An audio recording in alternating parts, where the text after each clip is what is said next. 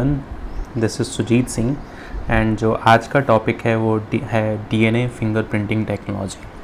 तो last lesson में हमने काफ़ी डिटेल्स में ह्यूमन जीनोम प्रोजेक्ट वर्क को स्टडी किया और उसके एप्लीकेशन पार्ट को भी देखा कि ह्यूमन जीनोम प्रोजेक्ट के क्या क्या एप्लीकेशन है। अगर आपने उन वीडियोस को नहीं देखा तो आप प्लेलिस्ट में जा कर के उन वीडियोस को भी देख सकते हैं।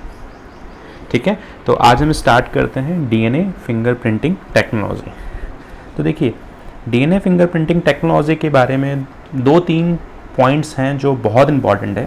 पहली चीज़ कि डीएनए फिंगरप्रिंटिंग टेक्नोलॉजी जो है फर्स्ट टाइम डिस्क्राइब्ड बाय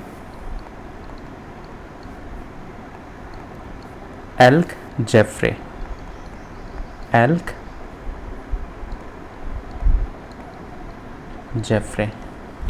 इन्होंने ही first time DNA fingerprinting technology को क्या किया था, डिस्क्राइब किया था। तो पहला इंपॉर्टेंट पॉइंट ये हो गया कि डीएनए फिंगरप्रिंटिंग टेक्नोलॉजी को किसने डिस्क्राइब किया था, ये किसने डिस्कवर किया था, तो एल्क जेफ्रे ने किया था। इस टेक्नोलॉजी का जो एम ऑफ टारगेट है, बेसिकली अगर हम बात करें कि एम ऑफ टारगेट क्या है इस टेक्नोलॉजी का, तो मेनली हम यूज़ करते हैं for comparing purpose.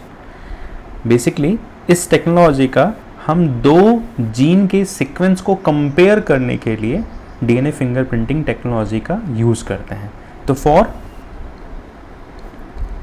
Compare the DNA sequence, ये बात क्लियर हुई। तीसरी चीज़ अगर बहुत इंपॉर्टेंट है कि DNA fingerprinting technology based upon repetitive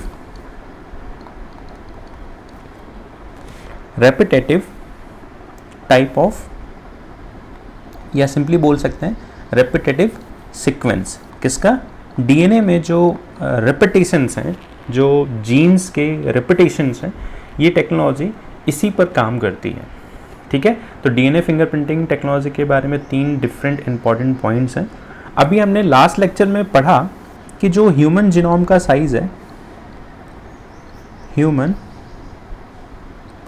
genome का साइज है वो कितना है, तो हमने पढ़ा 6.6 × 10⁹ बेस पेयर। ठीक है, अब ये जो पूरा जीनोम साइज है, इसमें बहुत सारे ऐसे जीन सीक्वेंस हैं जो यूनिक हैं, जिनका कोई रिपीटेशंस नहीं है, बट इनका नंबर क्या है, कम है। तो अगर हम इस पूरे जीनोम साइज को या जीन के सीक्वेंस को 2 ब्रॉडली कैटेगरीज में डिवाइड करें, तो यहां से निकल के आएगी 2 चीजें। एक ऐसे सीक्वेंस जिनका कोई रिपीटेशन नहीं है, मींस वो जीन यूनिक फॉर्म में प्रेजेंट है, तो आप बोल सकते हैं यूनिक टाइप ऑफ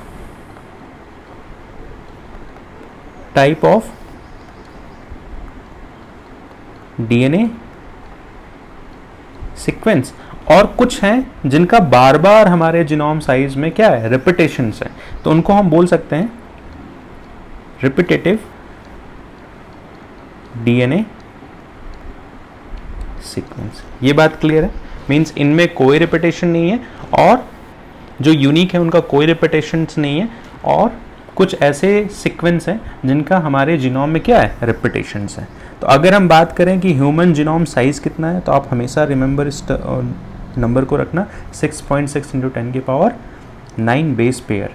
तो जो ह्यूमन का जीनोम साइज है, उनमें जो जीन सीक्वेंस प्रेजेंट हैं उनको हमने ब्रॉडली 2 कैटेगरीज में डिवाइड किया। कुछ ऐसे जीन सीक्वेंस हैं जो बहुत ही यूनिक प्रेजेंट है, मीन्स उनका कोई रिपीटेशंस नहीं है, और कुछ ऐसे हैं जिनका बहुत रिपीटेशंस है। यहाँ तक चीज़ें क्लियर है। देखो, एक टर्म आता है जीनोम, हमने इस टर्म को ऑलरेडी लास्ट लेक्चर्स में डिफाइन किया है, फिर से हम यहाँ पर बता देते हैं कि बेसिकली जीनोम क्या होता है।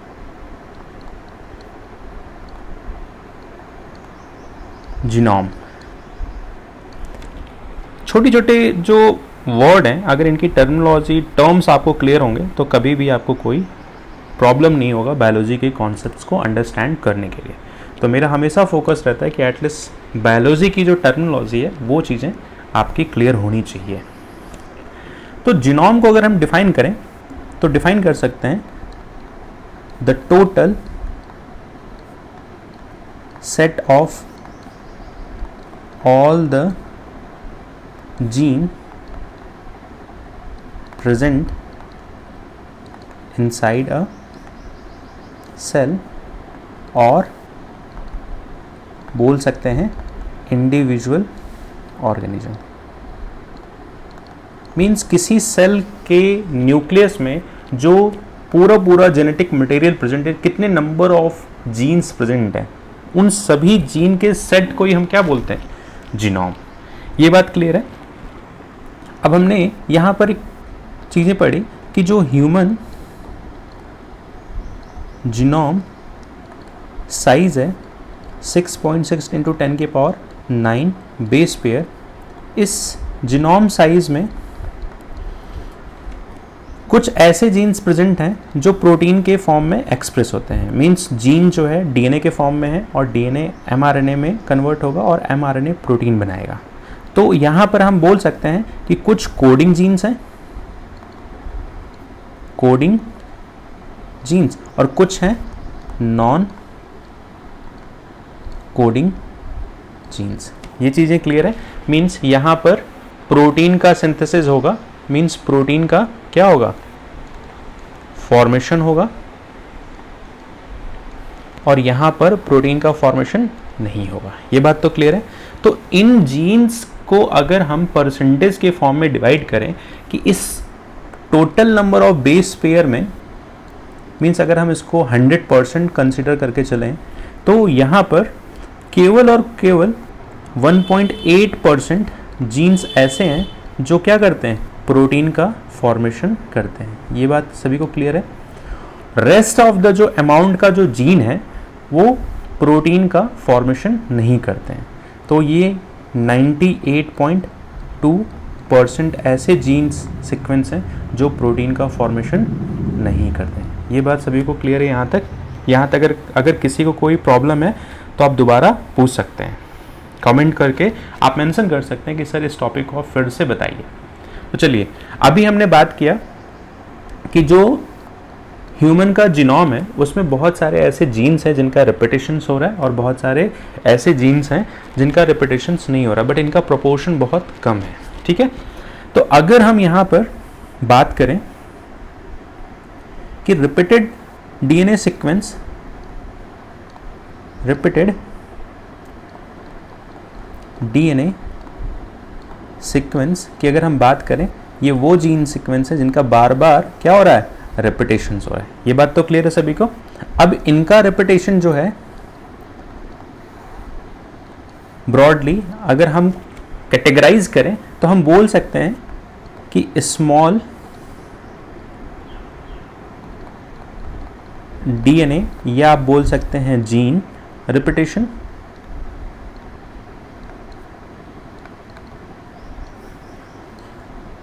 और दूसरी कैटेगरी है लार्ज डीएनए या आप बोल सकते हैं जीन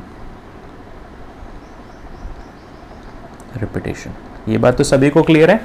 अब देखिए होता क्या है कि जो ये स्मॉल डीएनए रिपीट्स हैं इन्हीं को हम बोलते हैं क्या, कॉल्ड एज सैटेलाइट डीएनए। ये बात क्लियर है। और अगर कोई आपसे पूछे कि सैटेलाइट डीएनए का एग्जाम्पल क्या है तो एग्जाम्पल हम यहीं पर पढ़ते हैं किसके बारे में, VNTR। VNTR क्या है, वेरिएबल नंबर टेंडम रिपीट्स। क्या है फुल फॉर्म इसका, वेरिएबल नंबर टेंडम रिपीट्स। बात क्लियर है। तो VNTR एक तरह का क्या है, सैटेलाइट डीएनए है। मींस स्मॉल डीएनए या जीन का क्या है, रिपीटेशन है आपके जीनोम्स में। ये बात सभी को क्लियर है। अब देखिए अगर हम बात करें स्मॉल डीएनए का रिपीटेशन जो है उसी को हम क्या बोल रहे हैं, सैटेलाइट डीएनए। अब सैटेलाइट डीएनए में भी दो तरीके की कैटेगरीज हैं, सब डिविजन्स किया गया। एक को बोला गया है मिनी सैटेलाइट डीएनए और दूसरे को बोला गया है मैक्रो सैटेलाइट डीएनए। ये बात तो सभी को क्लियर है। ये दो कैटेगरी है। और यहाँ पर अगर हम बात करें कि इनका जो रिपीटेशंस है वो सैटेलाइट डीएनए की अगर रिपीटेशंस की अगर हम बात करें तो जनरली 1 बेस पेयर से लेकर के जनरली अप्रॉक्सीमेटली 20 और 22 बेस पेयर्स के रिपीट्स प्रेजेंट होते हैं। लार्ज डीएनए बेस पेयर के अगर रिपीट्स को देखें तो जनरली हम कंसिडर करके चलते हैं, बुक्स में जो डेटा अवेलेबल है मोर देन 100 बेस पेयर्स के क्या है रिपीट्स हैं। ये बात सभी को क्लियर है। अब देखिए होता क्या है, सपोज एक एग्जांपल से हम इस टेक्निक को अंडरस्टैंड करते हैं कि ये टेक्निक हमें किस तरह से हेल्प करती है। तो अगर हम बात करें, सपोज आपके पास कोई 2 ह्यूमन बीइंग है, कंसीडर करके आपको ये चलना है कि ह्यूमन ही है, कोई दूसरे नहीं है, ठीक है। किसी दूसरे स्पीसीज से अगर आप कंपेयर करेंगे तो ये डेटा क्या होगा, चेंज हो जाएगा। चलिए अगर हम इसको नाम भी लेके चलते हैं तो सपोज अगर ये राम नाम का कोई पर्सन है और ये अगर श्याम नाम का कोई पर्सन है, 2 पर्सन है, 2 इंडिविजुअल ह्यूमन बीइंग है। अगर इनको हम कंपेयर करते हैं, अगर हम इनको क्या कर रहे हैं, कंपेयर कर रहे हैं, तो बेसिकली आप ये फाइंड आउट करेंगे कंपेयर किस लेवल पे कर रहे हैं, तो compare at genetic level, means gene के सीक्वेंस को आप कंपेयर कर रहे हैं। मतलब राम के जीन के सीक्वेंस को लिया, श्याम के जीन को सीक्वेंस को लिया और दोनों को आपने क्या कंपेयर किया, इनके जीन्स को कंपेयर किया। तो फाइनली आप कंक्लूड ये करते हैं कि इनके जीन में 99.9% क्या है, सिमिलरिटी है, और 0.01% क्या है, डिससिमिलरिटी है। यहाँ तक चीज़ें आपको क्लियर है? बहुत सिंपल है, बहुत सिंपल तरीके से हम अंडरस्टैंड कर रहे हैं कि अगर हम 2 ह्यूमन बीइंग को कंपेयर करें तो उनमें जो सिमिलर टाइप के जीन्स प्रेजेंट हैं वो कितने हैं, 99.9% सिमिलर टाइप के जीन्स प्रेजेंट है, और डिससिमिलर जीन्स कितने प्रेजेंट है, 0.01%। और ये जो डिससिमिलरिटी है वो किसकी वजह से है, तो आप बोल सकते हैं due to presence of SNPs या सिंगल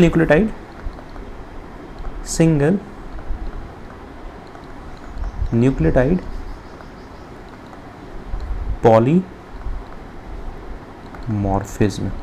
और हमने इसको अंडरस्टैंड किया था कि जो पॉलीमॉर्फिज्म का मतलब ये होता है कि एक सिंगल न्यूक्लियोटाइड पर वेरिएशन होना, वेरिएशन एट जेनेटिक लेवल। हमने इसको अंडरस्टैंड किया था कि स्निप्स क्या है, तो हम इसको अंडरस्टैंड कर सकते हैं variation at genetic level, means genetic level पर क्या आ रहे हैं, चेंजेस, वेरिएशंस, और इसी को हम बोलते हैं कि सिमिलर टाइप के जो जीन्स प्रेजेंट हैं वो इतने हैं और डिससिमिलर टाइप के जीन्स प्रेजेंट हैं वो इतने हैं। और डिससिमिलर टाइप के जीन्स जो प्रेजेंट हैं वो किसकी वजह से हैं, तो सिंगल न्यूक्लियोटाइड पॉलीमॉर्फिज्म की वजह से है।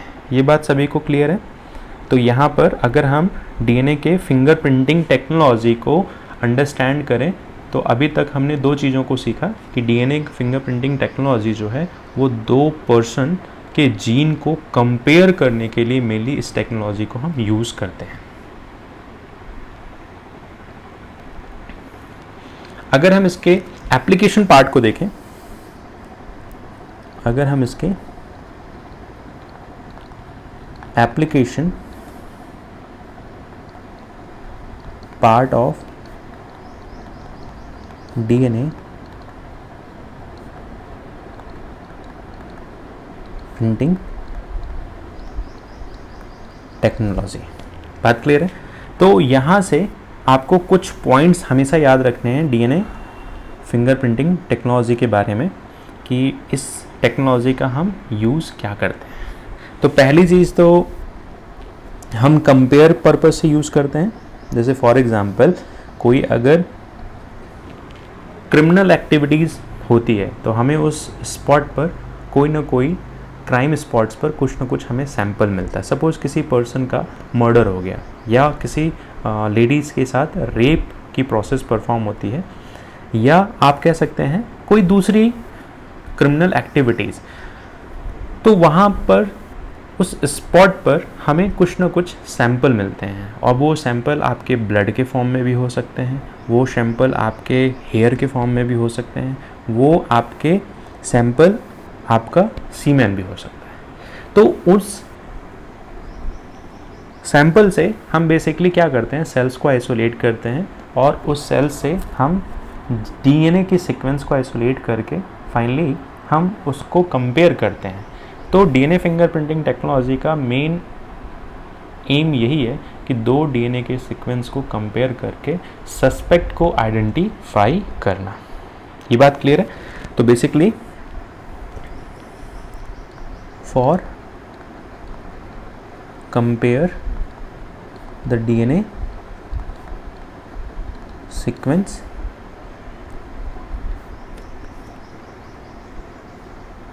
सपोज अगर क्रिमिनल एक्टिविटी परफॉर्म हो रही लाइक रेप, मर्डर, और अगर हम बात करें ऑल्सो यूज फॉर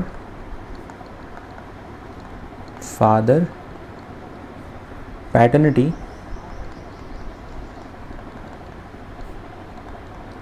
टेस्ट के लिए भी हम यूज़ करते हैं। मीन्स किसी बच्चे का फादर कौन है उसे हम आइडेंटिफाई करते हैं। सपोज़ अगर कोई पर्सन डिनाई करता है कि नहीं ये मेरा बच्चा नहीं है, तो उस पर्सन का डीएनए सीक्वेंस हम सेल से निकाल करके और उस बच्चे का डीएनए सीक्वेंस निकाल करके जब दोनों को कंपेयर करेंगे तो हम फाइनली आइडेंटिफाई कर सकते हैं कि एक्चुअल में इसका ये रियल फादर है या नहीं है, या सिर्फ एलिगेशंस फीमेल के थ्रू लग रहा है। तो डीएनए फिंगरप्रिंटिंग टेक्नोलॉजी का हम फादर पैटर्निटी टेस्ट में भी यूज़ करते हैं। यहाँ तक चीज़ें क्लियर है सभी को? अब बात आती है कि जो प्रोसेस है यहाँ पर कि स्टेप्स क्या क्या है। तो सबसे पहले तो एक छोटा सा रफ डायग्राम में बना देता हूँ कि सैंपल जो है वो सैंपल आपका ब्लड हो सकता है, सीमेन हो सकता है, हेयर हो सकता है, या कोई दूसरे सैंपल। तो इनसे सबसे पहले आप क्या करते हैं, सेल को आइसोलेट करते हैं। सेल से आपने किसको आइसोलेट किया, डीएनए को आइसोलेट करते हैं। देन इस डीएनए को हमने क्या करते हैं, रिस्ट्रिक्शंस एंजाइम से क्या करते हैं, ट्रीट करते हैं। रिस्ट्रिक्शंस एंजाइम से क्या करते हैं, ट्रीट करते हैं। Just a minute.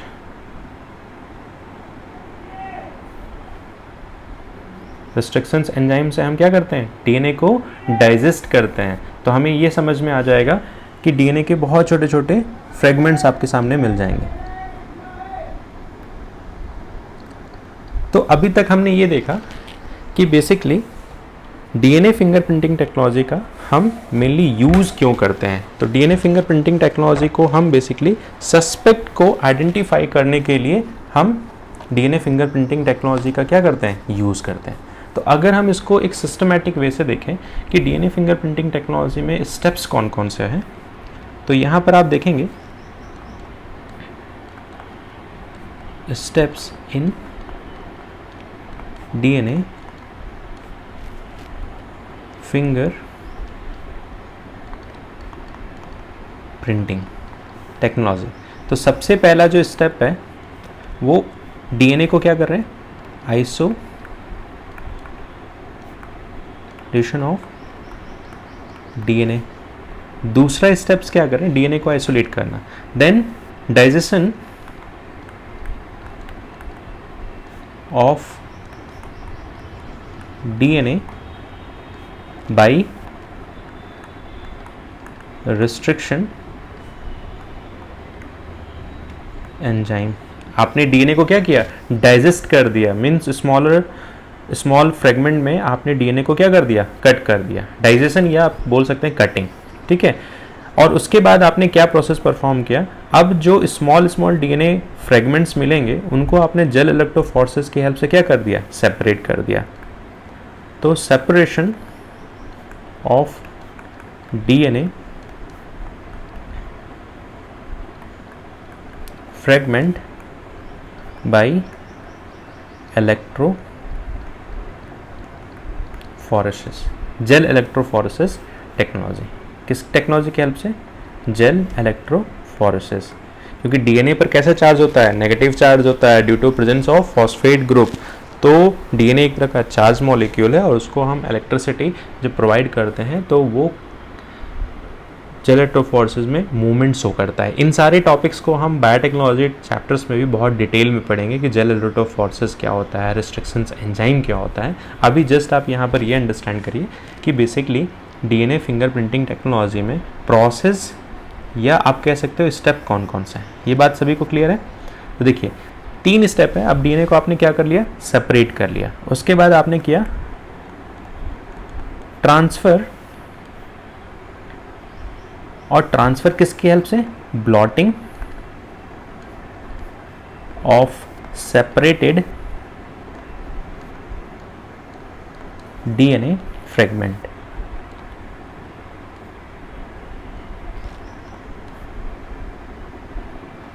To synthetic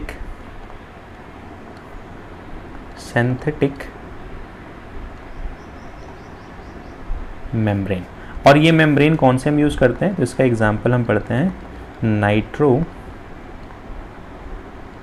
cellulose membrane, या आप बोल सकते हैं nylon membrane.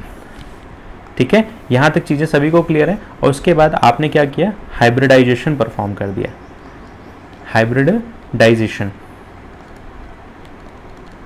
Hybridisation using labelled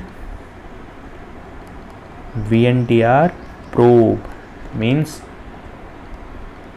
जो आपका डीएनए फ्रेगमेंट है इस VNTR के कॉम्प्लीमेंट्री सीक्वेंस होगी तो वो इसी पॉइंट पर क्या होगा, बाइंड कर जाएगा। और लास्ट स्टेप है, जब बाइंडिंग हो जाएगी तो उसको आप डिटेक्ट कर लेंगे, detection of hybridized DNA fragment. Detection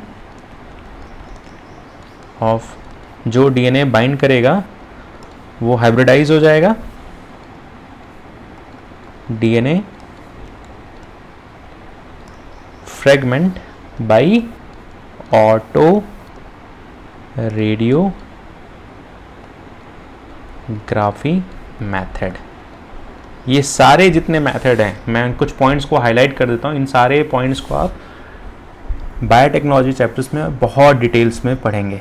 इस पॉइंट को आप बहुत डिटेल से पढ़ेंगे, जेल इलेक्ट्रोफोरेसिस को बहुत डिटेल से पढ़ेंगे, नाइट्रोसेलुलोज मेम्ब्रेन को पढ़ेंगे, VNTR को भी पढ़ेंगे, और ऑटो रेडियोग्राफी और हाइब्रिडाइजेशन को भी पढ़ेंगे। तो इसमें जितने भी स्टेप्स परफॉर्म किए गए हैं डीएनए फिंगरप्रिंटिंग टेक्नोलॉजी में, तो बेसिकली ये बायोटेक्नोलॉजी का पार्ट है। और बायोटेक्नोलॉजी में इन मेथड्स को हम और भी ज़्यादा डिटेल्स में स्टडी करेंगे।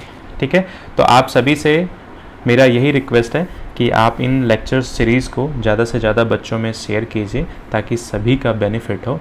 और आप मुझे कमेंट सेक्शंस में ये भी बता सकते हैं कि आप नेक्स्ट चैप्टर कौन सा पढ़ना चाहते हैं। Thank you very much to all my lovely audience. Keep support and keep share.